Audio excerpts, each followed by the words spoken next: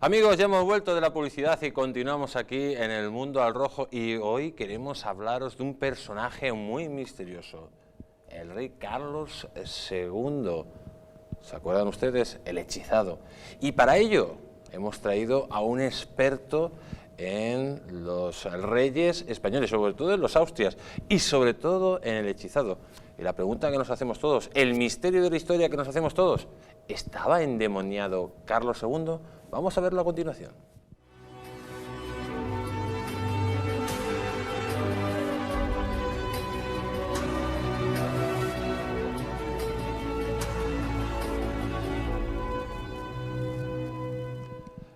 Pues amigos, hoy para hablar de los misterios de la historia tenemos al gran César Cervera.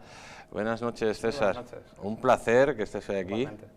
Además, César Cervera ha escrito este libro, que es muy conocido ya por todos ustedes, Los Austrias, el imperio de los chiflados, donde pues habla pues, de estas cosas que hoy vamos a hablar, sobre todo de si Carlos II estaba endemoniado, César.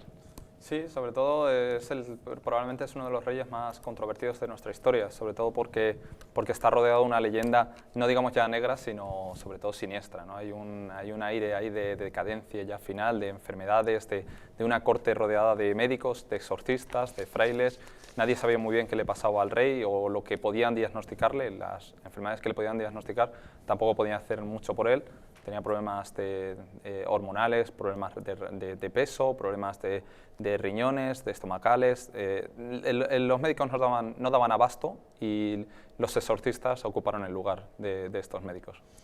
Concretamente le hicieron un exorcismo que veían los exorcistas como tal, que oía voces, levitaba.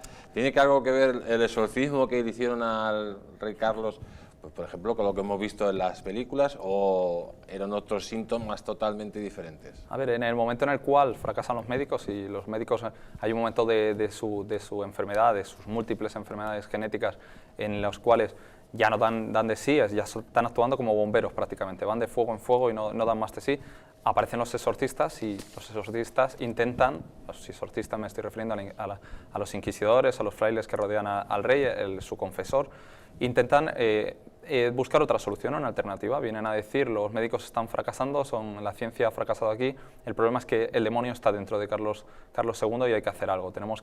La única manera es que hay que sacar al diablo de dentro. Esta sugestión que causan sobre Carlos II es un rey sobre todo con una escasa voluntad. Hay que tener en cuenta que sobre todo él tenía una inteligencia muy baja y era una persona casi con una deficiencia mental. Entonces él veía alrededor lo que estaba pasando y al final todas esas presiones que ejercían sobre él terminó por creerse que tenía el demonio dentro, ¿no? Lo más triste de la existencia de Carlos II es que tenía suficiente inteligencia como para darse cuenta de que estaba incapacitado. Porque bueno, Carlos II, pues conocido en aquella época como no el endemoniado, sino como el hechizado, ¿no? O sea, creía Carlos II también, primero, que estaba endemoniado y segundo, que le habían lanzado un hechizo, algún brujo le había echado algún tipo de hechizo. Ese es un tema muy interesante porque si nos fijamos un siglo antes, en la época de Juana la Loca, llamamos a Juana la Loca precisamente porque consideramos que tiene una enfermedad mental, o sea, es una enfermedad o algo que pueden tratar los médicos. Esta España ya más decadente, esta España que estaba entrando en una espiral un poco destructiva, ya llama a lo que tiene Carlos II hechizo, ¿no? No entra ya en las causas médicas. Y al final es cierto, el propio Carlos II es el primero que se cree que es víctima de un hechizo, que no puede ser posible que el resto de seres humanos estén bien, tengan buena salud y él tenga tantos problemas y su cerebro se mueva sobre todo tan lento. El embajador de Inglaterra le confiesa, hace una de las crónicas más bestiales ¿No serían los ingleses que le echaron algún hechizo? O algún envenenamiento. O sí. Un demonio, porque... El propio embajador de Inglaterra hace la crónica más dura sobre su enfermedad y él llega a decir es como un títer, es como un fantasma.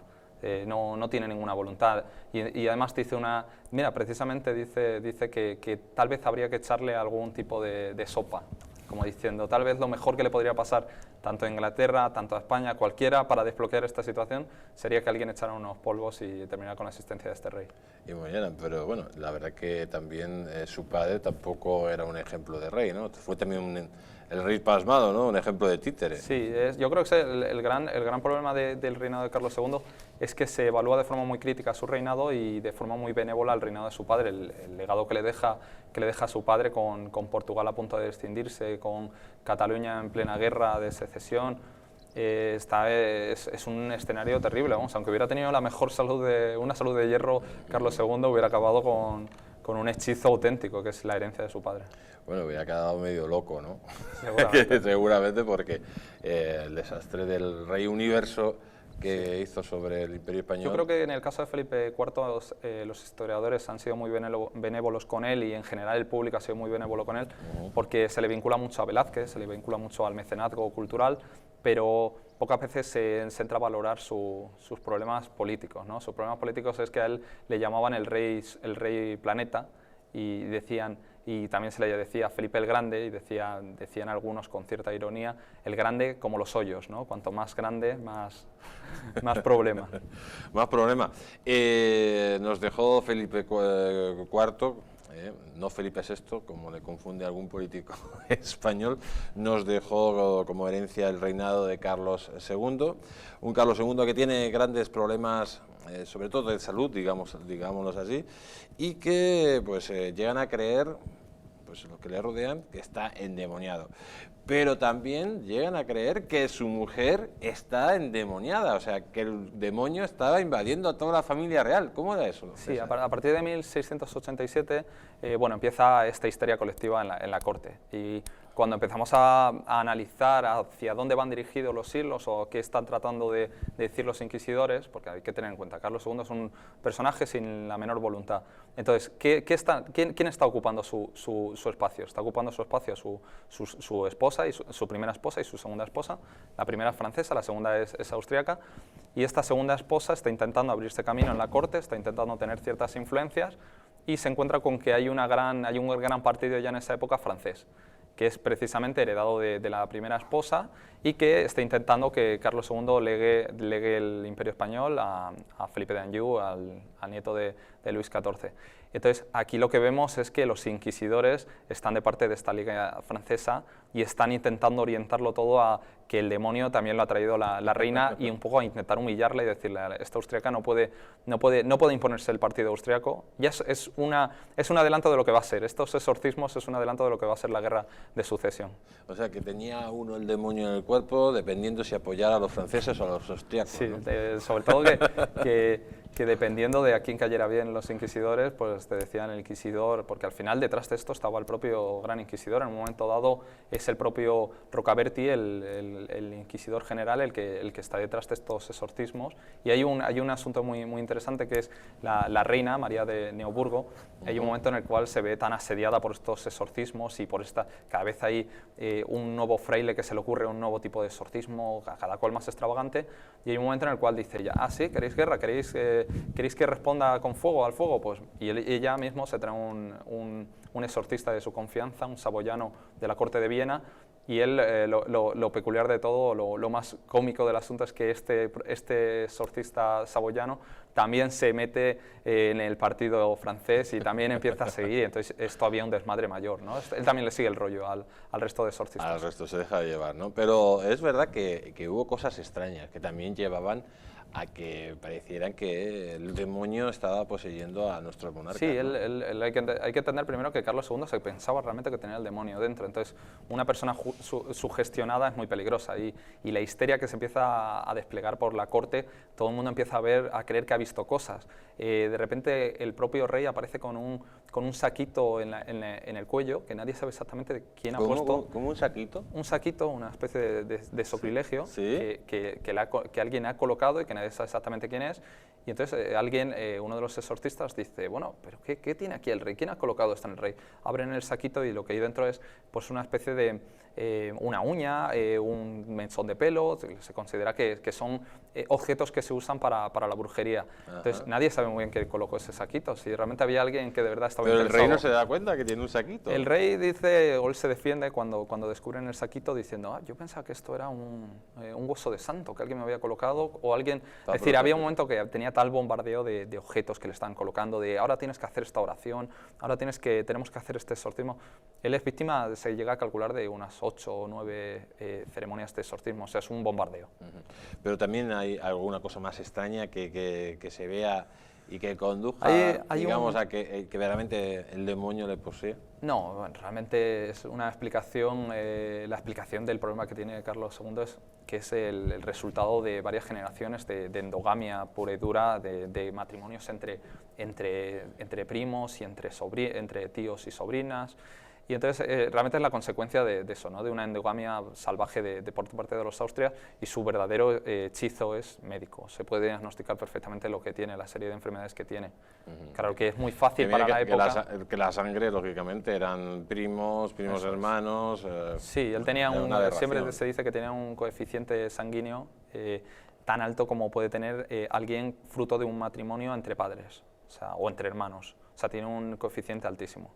Realmente es eso, es el epílogo a una práctica abusiva por parte de los Austrias. Es una práctica que realizan todos los reyes, pero en el caso de los Austrias ya habían llevado al extremo. Ellos estaban muy interesados en mantener la línea de Viena vinculada a la línea de Madrid, para que no se rompiera, para que precisamente no se metieran los franceses de por medio, y entonces lo llevan a un cierto extremo, ¿no? Porque siempre intentan que haya una rama, siempre haya la nueva generación se vincule con las diferentes ramas. Pues eso es peligrosísimo. ¿Y cómo termina esta conjura de exorcismos? Bueno, pues como ya llega un momento que dicen vamos a parar, porque es que al final vamos a matar a este hombre con tanto exorcismo, porque los exorcismos como tales, en cierto modo, agotan psicológicamente. Sí, y sobre todo el problema es que desplazan a los médicos, que es lo importante. Lo que necesitaba Carlos II precisamente era un médico, y el momento en el que los exorcistas ocupan su espacio, bueno, mal asunto para el rey. El problema termina cuando ya Mariana de Neuburgo cada vez se ve más fuerte, se ve capaz de ir influenciando en los frailes y en los nuevos nombramientos.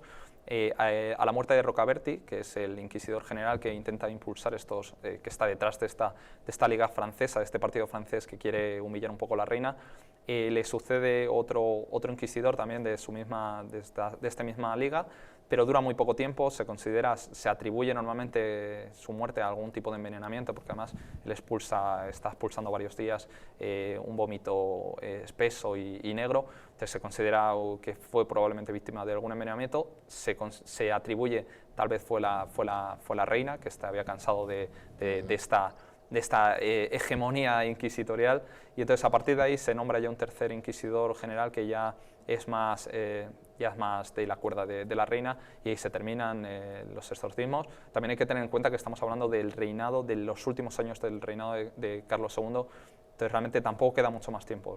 Él muere, y ya la verdadera guerra ya no es una guerra fría entre exorcistas pro-franceses y hombres de la reina, sino ya es una guerra entre la rama de los Austrias contra los Borbones, que es la guerra de sucesión. O sea, que todo esto del sobrenombre, el hechizado y todos esos exorcismos prácticamente es un contubernio político que se cierne sobre nuestro monarca para llevarse el gato al agua. Hay que darse cuenta que coincide precisamente con el final del reinado, ¿no? Hay muchos nervios, todo el mundo quiere la corona española, todo el mundo quiere repartirse este imperio español. Ya no solamente los franceses tienen un interés clarísimo, es la potencia nueva que está creciendo, la nueva potencia que va a dominar Europa, o va a intentar dominar Europa. Pero es que también los propios Austrias, la rama austríaca, tampoco hubiera asegurado la permanencia de la integridad de este imperio español. También tenía grandes intereses. Habían olido sangre, habían percibido que había un monarca muy débil como era Carlos II, y todo el mundo quería sacar tajada. Pero bueno, aparte de que Carlos II, pues lógicamente no estuviera endemoniado, ni hechizado, ni nada parecido, pues sí sufría, como tú has dicho anteriormente, graves problemas médicos que bueno, el pobre hombre lo llevó como pudo, ¿no? Porque desgraciadamente con esa mezcla de sangre, de familia de sangre, pues bueno, los problemas médicos se multiplicaban, ¿no? Sí, y además que él desde su nacimiento nadie hubiera intuido que hubiera vivido más que hubiera pasado de la adolescencia, ¿no? Nadie calculaba que hubiera... Realmente el mérito de Carlos II, digo mérito, tampoco es la palabra adecuada, pero la hazaña de su vida es haber vivido hasta los 35 años. O sea, al final es un rey que él...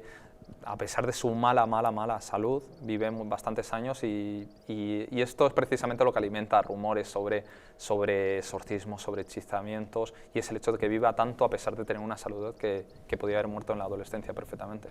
¿Y tú qué te quedarías del reinado de Carlos II? ¿Qué es lo que podemos decir? Bueno, aparte de Carlos II, yo creo que una cosa importante fue dar la monarquía a los Borbones, a la Francia de Luis XIV, que era la más poderosa y era la única de todas las monarquías que podía salvar el Imperio Español, ¿no? Sí, podía salvarlo, pero bueno, también tenía ciertos intereses en atribuirse algunas licencias en América. Tenía grandes intereses en el Imperio Español, no era un gesto altruista, ¿no? Entonces, lo que hay que tener en cuenta es que cuando llegan los Borbones a España, ellos trazan una serie de propaganda y repiten una frase muchas veces que es: hemos venido a España y hemos reformado el país, que estaba en el oscurantismo total, y esto no es del todo cierto. Ellos llegan a exagerar mucho las reformas que acometen y minusvaloran las reformas que se habían acometido durante el reinado de Carlos II. Carlos II, al final, el hecho de que tenga tan poca voluntad permite que muchos nobles con capacidad para gestionar y gobernar, que habían tenido incapacidad para acceder a estos puestos de mando, de gobierno, ellos pueden acceder, como en el caso del conde de Oropesa o el duque de Medinaceli, que tienen grandes ideas para reformar el país y recuperar esta recuperación que se le suele atribuir a los Borbones y que lo vemos plasmado en el siglo XVIII con una armada española mucho más reforzada, con un ejército español que vuelve a tiene algunos buenos momentos. Lo que vemos es que ya estaban presentes en los últimos años de Carlos II. No sé si a pesar de Carlos II, porque no se le puede atribuir directamente a él, pero sí gracias a los válidos que le rodean. Bueno, la verdad que hay que atribuírselo por lo menos a su reinado, ¿no? Y lógicamente Carlos II era en esos momentos el monarca que estaba reinando sobre el imperio más grande del planeta Tierra. Luego, ya que el pobre estuviera enfermo y que España estuviera viviendo pues una decadencia que es lógica, ¿no? Cuando todo el mundo durante un siglo y medio empiezan a atacar al mismo país, pues generalmente suceden estas cosas. César, tú dices que los Borbones traen la tranquilidad y que con Carlos II esa tranquilidad no la tenía la monarquía. ¿Por qué los Borbones traen esa tranquilidad, esa estabilidad que ha llegado hasta nuestros tiempos, con muchos matices, que los Austrias al fin y al cabo duraron un poquito, porque son prácticamente dos siglos, ¿no? Sí, en el libro, en el Imperio de los Chiflados, precisamente después de haber presentado todos los Austrias como una vida privada muy agitada y un periodo un poco tormentoso, o por lo menos de cara a palacio, ¿no? De puertas para adentro, después de eso juego un poco con la ironía de que, bueno, pues debe ser que ya han terminado los Austrias, llegan los Borbones y llega la tranquilidad en el palacio, ya llega la tranquilidad en la vida privada. Y bueno, la historia de España nos demuestra que no llegó la tranquilidad, que todos los reyes siempre, en el momento en el cual se mezcla la política con la vida privada, que es imposible de separar en el caso de los reyes, pues nos encontramos a auténticos disparates o auténticas chifladuras. En el caso de Felipe V, que iba a traer precisamente esta tranquilidad a España, lo que nos encontramos es que a poco tiempo, en el momento en el que termina la guerra de sucesión y él termina esos subidones que le da la guerra, él es un hombre que también le gusta la vida militar, cuando termina toda esta vida, cuando él ya se ve sumido a una vida un poco de despachos, él empieza a mostrar los síntomas de un trastorno bipolar que va a hacer las delicias de los locos, de los chiflados en palacio. Realmente su reinado es bastante turbulento y es igualable al pobre Carlos II, que en el fondo era una marioneta que no se movía y que no agitaba. En el caso de Felipe V, es además una persona violenta, es una persona trastornada que trabaja de noche y duerme de día. Vamos a encontrar en el reinado de los Borbones un reinado bastante turbulento, por lo menos en el caso de Felipe V. Felipe V. Pero volviendo a Carlos II, ¿cómo eran sus relaciones sexuales con las reinas? Sí, bueno, claro, ese es el tema central del reinado de Carlos II, y es precisamente esa incapacidad. También le hacían sortilegios, le daban pócimas para poder tener relaciones, o era un ejemplo de...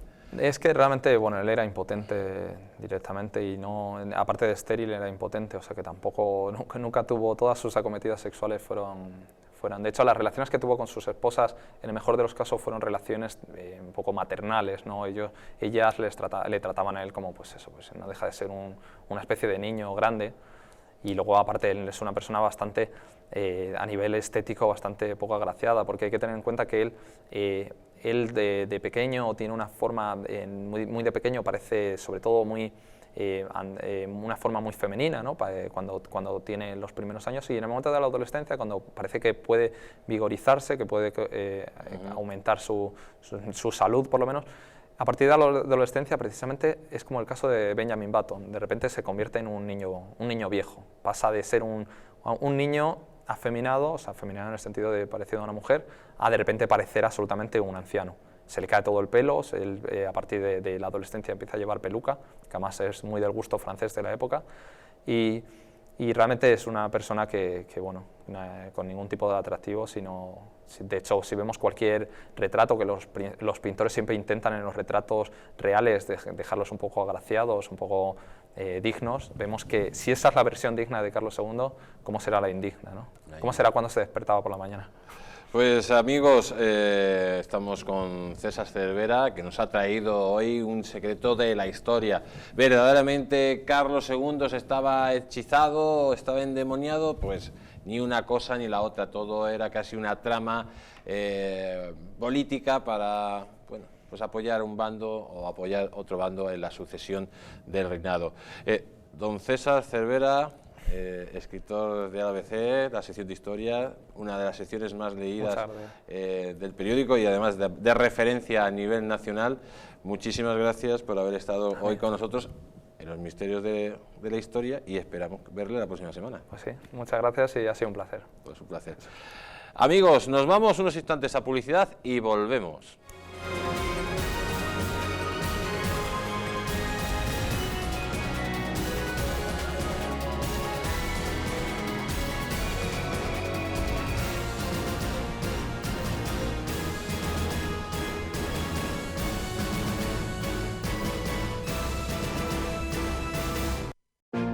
Hay vidas que dan vida. Vidas de grandes mujeres y hombres, científicas, inventores, médicos o humanistas, que han dejado de herencia un mundo mejor. Legados tan importantes como la imprenta, la penicilina o los derechos humanos. ¿Pero qué hay de María? Probablemente no habrá una calle con su nombre, pero gracias a su testamento solidario se construirá una escuela en Sudán para que cientos de niños puedan decidir su vida. ¿Y de Rubén? No aparecerá en ninguna revista científica, pero con su testamento solidario se van a poder comprar vacunas para que miles de niños puedan seguir viviendo. ¿Y Carmen? Seguramente no aparezca en los libros de historia, pero con su legado se podrá liberar a muchos niños reclutados por grupos armados. Al igual que Carmen, Rubén y otras grandes personalidades, tu vida también puede dar más vida dejando un legado que proteja la infancia de miles de niños. Súmate a Vidas que dan vida, incluyendo a UNICEF en tu testamento. Pide tu guía informativa en el 900-907-500 o en testamentounicef.es y convierte tu testamento en un testamento solidario UNICEF.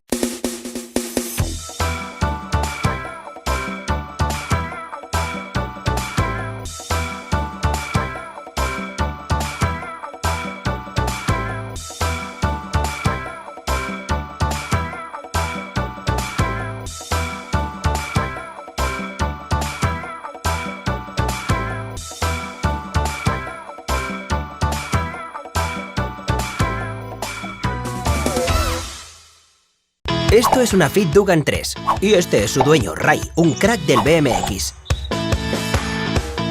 Ray va en bici a todas partes, a todas. Prefiere su bici a hacer cualquier otra cosa. Ray no se separa de ella ni un momento. Se sienta en su bici para comer, merendar y cenar, para hacer los deberes, y al meterse en la ducha, Ray aprovecha para lavar su bici. Y por supuesto, al irse a la cama, su bici se va con él. Quizás Ray está exagerando un poco, ¿verdad? Hagamos un experimento, ¿y si cambiamos la bici de Ray por internet? ¿Te parece igual de exagerado? ¿Nunca te has llevado el móvil a la cama o mientras cenabas? ¿Cuánto tiempo puedes pasar sin contestar un WhatsApp o subir una foto? Internet sirve para comunicarse con amigos, descubrir juegos geniales, ver pelis o buscar información sobre 1.000.000 de cosas. Tener Internet es una pasada, tanto como tener una Fit Dugan 3. Pero si te pasas media vida en Internet, te estarás perdiendo otras cosas geniales. Igual que si te pasas toda la vida montado en una bici. Hay cosas de las que solo se puede disfrutar cuando estás desconectado. Tú decides en Internet. Si tuviera superpoderes, enseñaría a comprender el mundo y a conocernos a nosotros mismos, a descifrar los datos con los que se toman las decisiones, a ganarse el futuro y también el presente. Si tuviera superpoderes, sería maestro. Los profesores de la Comunidad de Madrid trabajan para hacer de este mundo un lugar mejor. Reconoce y apoya su labor. Comunidad de Madrid.